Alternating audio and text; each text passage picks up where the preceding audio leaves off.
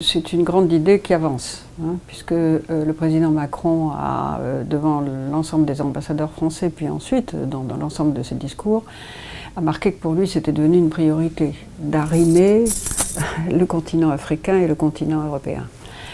Parce que nous avons des intérêts croisés en réalité.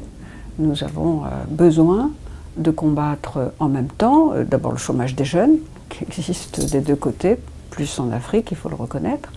Nous avons besoin de lutter ensemble pour la sécurité, pour la paix.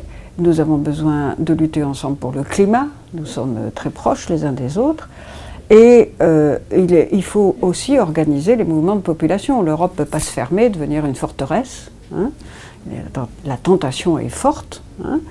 Et l'Afrique a besoin aussi de garder à la fois ses élites et puis sa population active. Sachant que... Donc, si vous voulez, je crois qu'il y a beaucoup d'intérêts croisés.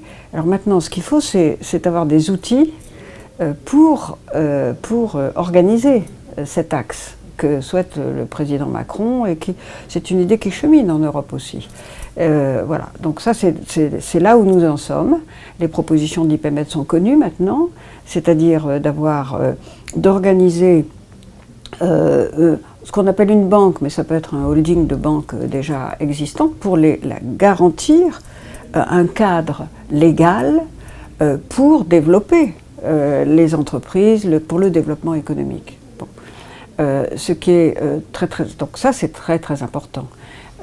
Pour que les investissements arrivent davantage, que les investissements croisés se fassent, pour qu'il y ait des normes communes.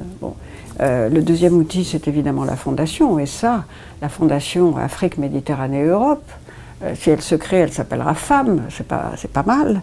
Elle est là pour penser d'abord les priorités, les acteurs à mobiliser, dans les domaines cruciaux que sont l'énergie, l'eau, la sécurité alimentaire, voilà, les PME. Donc c'est tout ce travail qui est déjà engagé, qui je trouve est sur la bonne voie. Après, il faut arriver à articuler l'impulsion politique au niveau de chefs d'État africains et européens ensemble, et d'autre part ces progrès concrets. Alors c'était l'objet de la réunion d'aujourd'hui.